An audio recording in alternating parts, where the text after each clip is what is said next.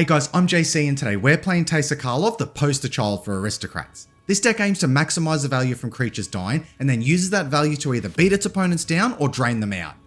If you want to build this deck yourself, then make sure to stop by the channel where we have a deck tech as well as other gameplay videos showing how the deck was built as well as how it plays out. In addition, we also have a Discord group with a channel dedicated specifically to Teysa Karlov, so if you'd like to keep up to date with all of the changes that happen to the deck, then make sure to check out the link in the description below. Let's show the kids why when it comes to Aristocrats, Teysa still wears the crown.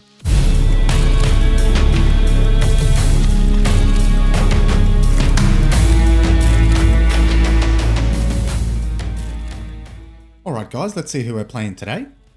We have Daryl, Hunter of Walkers, we have Atraxa, Praetors Voice, and finally we have Liesa, Shroud of Dusk.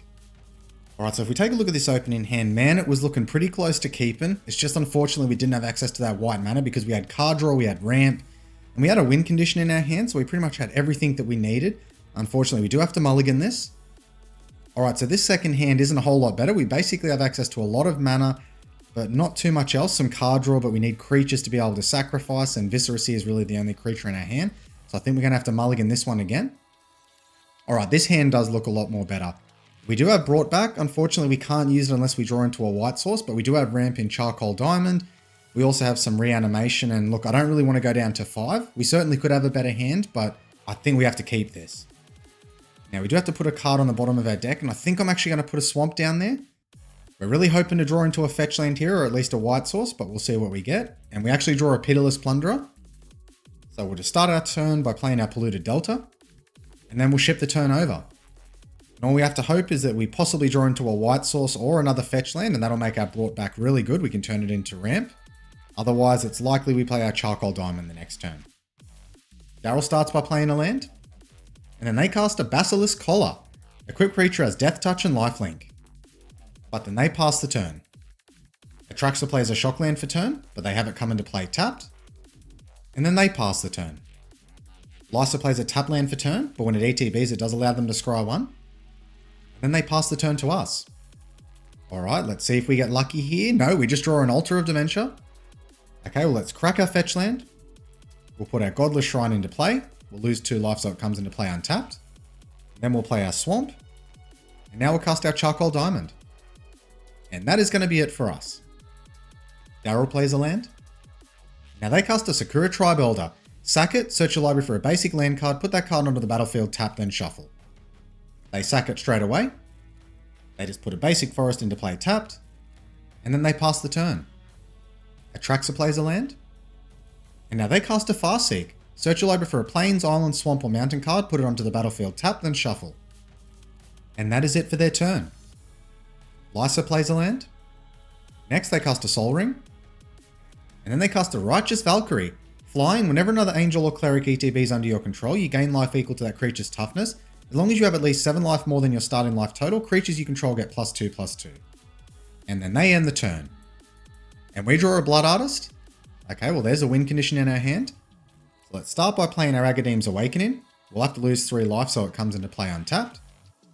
Next we'll cast our Priest of Fell Rites. I want to be able to get the Summoning Sickness off this creature, and in case they remove Teysa or Pitiless Plunderer, we can recast it. And then we'll cast our Altar of Dementia. Daryl plays a land. And now they cast their commander, Daryl, Hunter of Walkers. At the beginning of your upkeep, target opponent creates 3 Walker tokens. Tap Daryl to deal 2 damage to target creature. Whenever a zombie an opponent controls dies, draw a card. And that is it for them. Atraxa plays a land. And then they cast their commander, Atraxa, Praetors Voice. Flying, Vigilance, Death Touch, Lifelink. At the beginning of your end step, proliferate. Next, they cast a Mox Amber. Tap, add 1 mana of any color among legendary creatures and planeswalkers you control.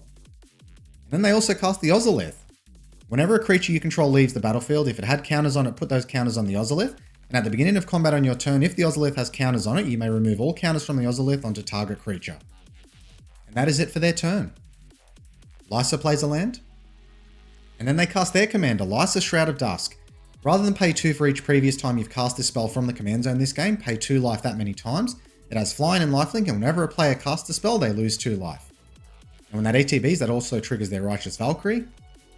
Now they move to combat, but they decide not to attack, and that is it for their turn. We draw a Plumb the Forbidden. Alright, well I think now's the time to get down our commander. When we cast Teysa, that triggers Liesa, so we'll lose 2 life. And that's going to be it for us. On Daryl's upkeep, their commander triggers, so they can choose an opponent to gain 3 Walker tokens. And it looks like they select the Atraxa player. Next, they cast a Volcanic Fallout, and that triggers Liesa, so they'll lose 2 life. This spell can't be countered, and Volcanic Fallout deals 2 damage to each creature and each player. Okay, well, a little unfortunate for us that we lose the Priest of Fell Rites, but we're going to respond here. We're going to activate our Altar of Dementia, because we can actually unearth Priest of Fell Rites. It does have an activated ability for 5 mana, so we may get something juicy to put into our graveyard. And we just mill a Rite of Oblivion as well as a Bloodgast. Well, Bloodgast is a pretty nice hit. That spell does resolve, and that triggers Daryl 3 times. So we're going to draw 3 cards here, as well as wiping the board. Not a bad deal on that spell, that's for sure. After that, they play a tap land for turn. And now they activate Daryl, targeting Atraxa. Well, Atraxa will go down here because it does have the damage from the Volcanic Fallout. But that is going to be it for their turn. And with that, the Atraxa player actually scoops it up. So now we only have 2 opponents left. Now Liesa starts by playing a tapped Field of the Dead, which will start making them zombie tokens once they hit the required lands. And then they cast a Twilight Prophet, which triggers their Liesa, so they'll lose 2 life. It has Flying and Ascend, and at the beginning of your upkeep, if you have the City's Blessing, reveal the top card of your library and put it into your hand. Each opponent loses X life and you gain X life, where X is that card's mana value. Now when it ETBs, that triggers Righteous Valkyrie. Now they move to combat. Liesa swinging towards Daryl. They take the damage. And then Liesa passes the turn. And we draw a land for turn. Okay, well let's start by playing that land. That's going to trigger our Bloodgast, so it'll come back to the battlefield. And now we'll cast our Pitiless Plunderer. That triggers Liesa, so we lose 2 life. That resolves. Now we'll move to combat. We'll swing Teysa towards Daryl.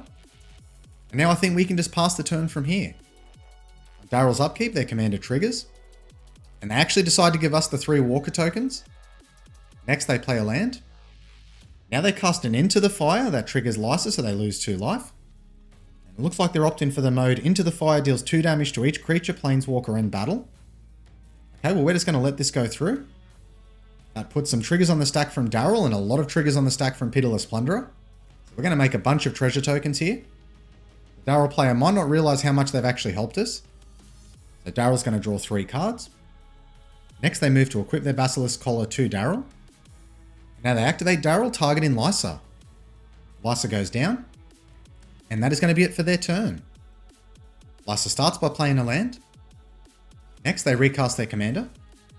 Alright, we're going to respond here. We're going to make some real aristocrat moves. And we're going to sacrifice Pitiless Plunderer as well as our commander. We're going to leave Teysa in the graveyard. That's going to trigger our Pitiless Plunderer twice. So we'll make 2 treasures.